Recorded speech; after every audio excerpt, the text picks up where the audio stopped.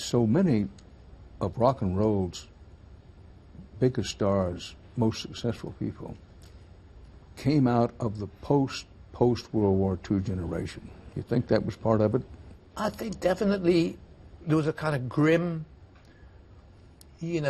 determination to get on from our parents' generation. But for us, we didn't have any real measure of what they had been dealing with. So we were just going, hey, let's go. What's happening?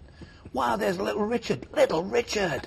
This guy banging the piano with a pompadour who was driving us mad, so good. And Bill Haley, as he did these tours, Bill Haley and the Comets, who you'd say would be quite tame, really, by the standards of what followed, they were setting the world on fire. I looked at them and I went, that's what I want. I want to be like that. I have a feeling, Robert, if one looked up in the dictionary sex, drugs, and rock and roll, that there'd probably be a picture of Led Zeppelin. Well, it's very kind of you. Well, my question, I want you to be reflective, because you're not anywhere near the end if you're half lucky in God's grace. That's right. But looking back over it, what's been the best of it? The best of it? You said there'd be no trick questions. I think maybe the best of it is that our time initially, when the whole thing was opening up, was there were no charts, there were no maps, there was no structure, there was no conditioning. We were flying by the seat of our pants into this thing. There were many people around us, especially from the Bay Area, San Francisco. There were fantastic bands, musical units, but there was no etiquette developed yet. The last thing we were was a good bet to have on a talk show or anything like that. It was a time to be proud of our music, and also, now that I know the way that everything's gone, look where we are, in Warner Brothers, the home of Once Upon a Time, Atlantic Records and all, the great stuff. There were no rules. Things were being developed, and the journey, nobody could plot it. It was just, what do we do now? Oh, maybe we'll play somewhere bigger.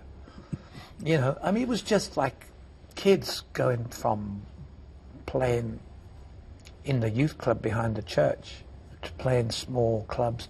The acceleration into another place was crazy. A little like being thrown in as an astronaut into the cosmos? Well, at least getting out of the ship halfway across the journey, yeah, because you had no idea. Nobody knew what was going on. During some of what shall I call the most publicized things of that era, Led Zeppelin is breaking through. All those stories about riding motorcycles in hotels, wrecking hotel rooms, throwing television sets out of windows and all of that. Now, I know that some of that was hyperbole, maybe slightly overstated, but some of it was true. Mm-hmm. Looking back on it, do you regret that? Well, I can only apologize for the motorbike in the hallway, but it was a tiny, meany one, and it fitted very nicely in the elevator. I'm not being smug, but the other stuff, actually, to be perfectly honest, I think I must have missed that. But obviously, there was a frenetic energy, and it was not always other bands that were in the middle of it. I don't think it was particularly a magnificent achievement. Well, true or untrue, you said, I think half-jokingly, I must have missed some of that.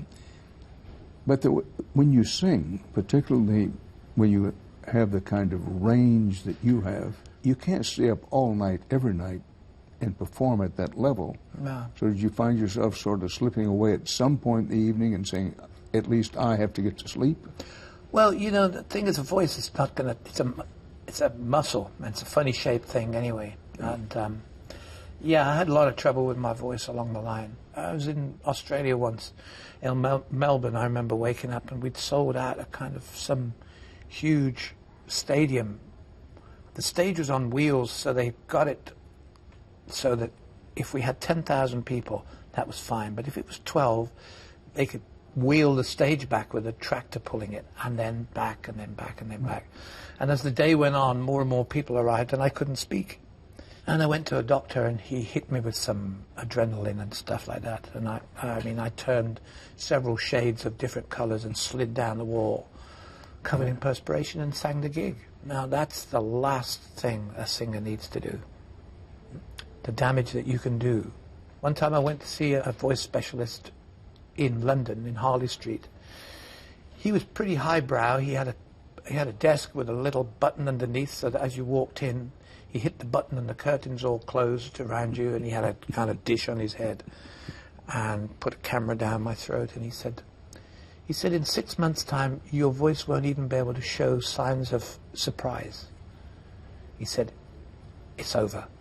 And that was 28 years ago. So, I mean, I don't have any fears of not being able to do it or finding that I'm coming to an end of something. If that's the case, I'll just go country. Now, it's Stairway to Heaven. A lot of people consider it the most classic song of Led Zeppelin time.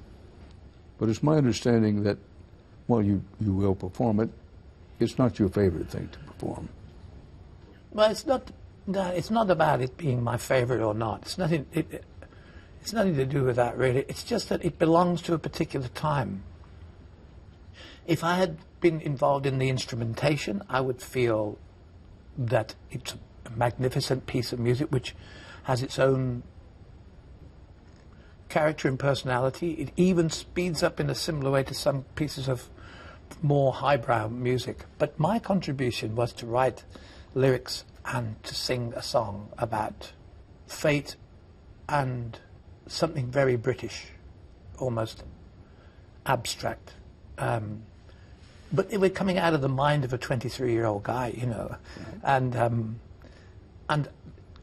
it landed in the years and the era of 23-year-old guys. And I think as time goes on, you find that you may find another period of your life has got a little bit more substance or is more relative later on down the line, you know. So as much as I like it, I'm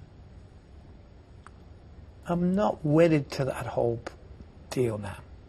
Now, true or untrue that Kashmir is your personal all-time favorite? Yeah, I think it probably... Well, it was a great achievement to take such a monstrously dramatic musical piece and find a lyric that was ambiguous enough and a delivery which was not over-pumped. Just, it almost was like the antithesis of the music was this kind of lyric and this vocal delivery that was just about enough to get in there, you know.